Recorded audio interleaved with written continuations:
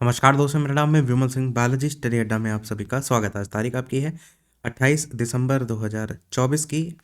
शिक्षा संबंधित क्या क्या अपडेट हैं आज की, सभी एक एक करके बात जो है वो करते हैं।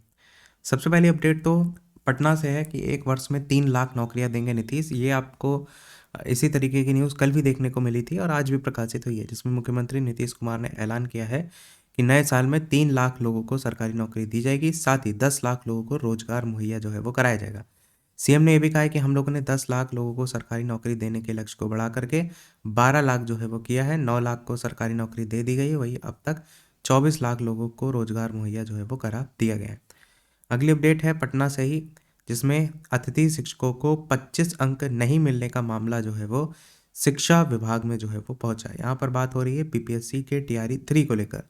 बीपीएससी की ओर से जारी जो टीआरई 3 का रिजल्ट था, उसमें अतिथि जो शिक्षक हैं उनको 25 नंबर का वेटेज नहीं मिलने का मामला शिक्षा विभाग जो है वो पहुंचा है। शुक्रवार को 500 से अधिक शिक्षक जो है शिक्षा विभाग में पहुंचकर ज्ञापन उन्होंने सौंपा। अतिथि जो शिक्षक हैं उनके साथ धोखा हुआ है, उन्हें अनुभव के आधार पर रिजल्ट में 25 नंबर का वेटेज मिलना था। बीपीएससी ने गुरुवार को 12वीं के टीआरई 3 का रिजल्ट जारी कर दिया, लेकिन 4200 जो शिक्षक हैं उनको वेटेज का लाभ नहीं दिया गया है। शिक्षिका दिव्या ने बताया कि शिक्षा विभाग ने अतिथि शिक्षकों को प्रति वर्ष की सेवा की अवधि के लिए 5 अंक और 5 वर्ष के लिए 25 अंक जो है वो देना था, जबकि शिक्षा विभाग और बीपीएससी ने पहले ही संबंध में आदेश जो है वो निकाला था। अगली अपडेट आपकी है +2 अतिथि शिक्षकों ने कहा नहीं दिया गया वेटेज।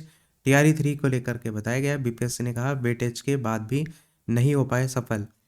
यहाँ पर बताया गया है शिक्षा मंत्री को ज्ञापन जो है इसको लेकर के सौंपा गया है। +2 अतिथि शिक्षकों ने कहा है कि शिक्षक नियुक्ति परीक्षा के तीसरे चरण का रिजल्ट जारी हुआ, लेकिन रिजल्ट में अनुभव के लिए अंक नहीं मिला है।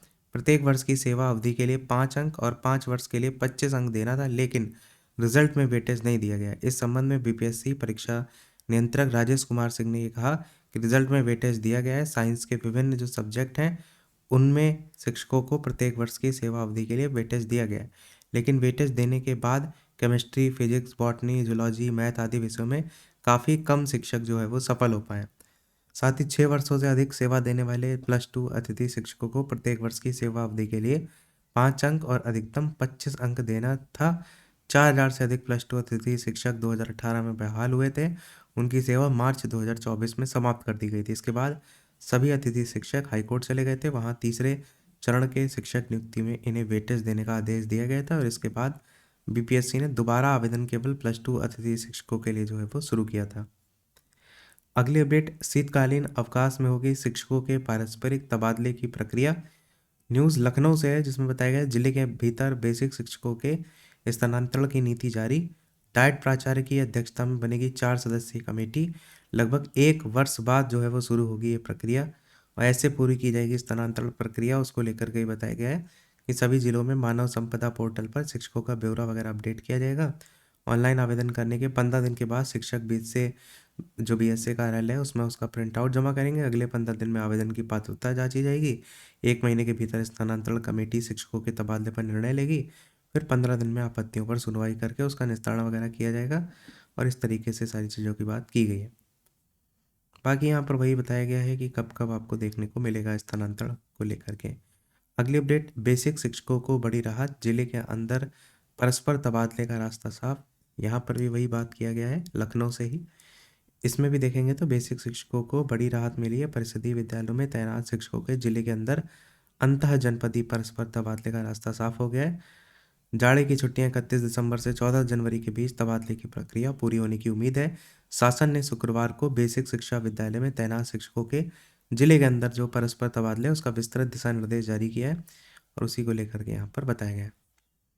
ऑनलाइन होगा आवेदन, आपसी सहमति का शपथ पत्र भी अनिवार्य होगा। 20,000 शिक्षकों को इसका लाभ मिलेगा। अभी जो तैनात हैं 4.5 लाख शिक्षक तैनात हैं। पिछले साल जाड़े की छुट्टियों में शुरू हुई जिले के अंदर जो परस्पर तबादले की प्रक्रिया है वो जनवरी 2024 में पूरी कर ली गई थी।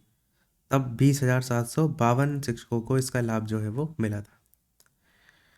अगली अपडेट है आपका, राजस्थान लोक सेवा आयोग ने 2025 में जनवरी से दिसंबर माह तक का जो जितनी भी आयोजित होने वाली परीक्षाएं हैं उसको लेकर के टोटल 31 प्रतियोगी परीक्षाएं हैं, उसका कार्यक्रम जो है यहाँ पर जारी किया है।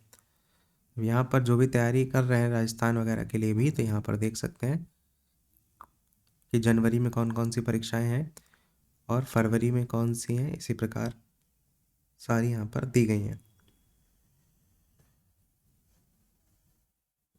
असिस्टेंट प्रोफेसर वगैरह है, जूनियर केमिस्ट है, रिसर्च असिस्टेंट है, एनालिस्ट कम प्रोग्रामर है, सहायक अभियंता है, सब इंस्पेक्टर है।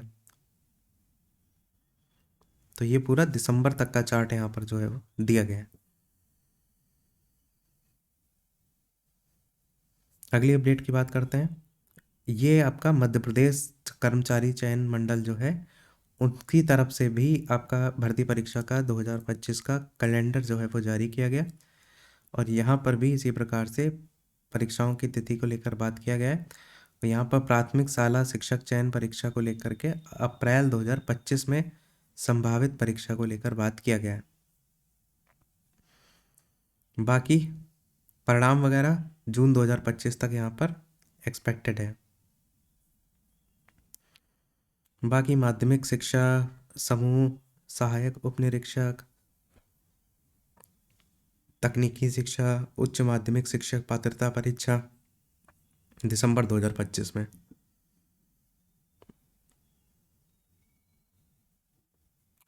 अगली अपडेट की बात करते हैं। प्रदेश में 42,000 होमगार्ड जो है जवानों की भर्ती जल्द।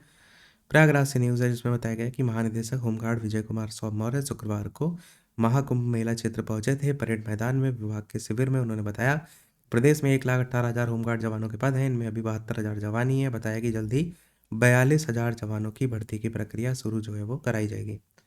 महाकुंभ मेला के अपने शिविर में डीजी होमगार्ड ने विधिवत पूजा अर्चना, वो तो सारी ऐसा कोई खास पॉइंट नहीं है।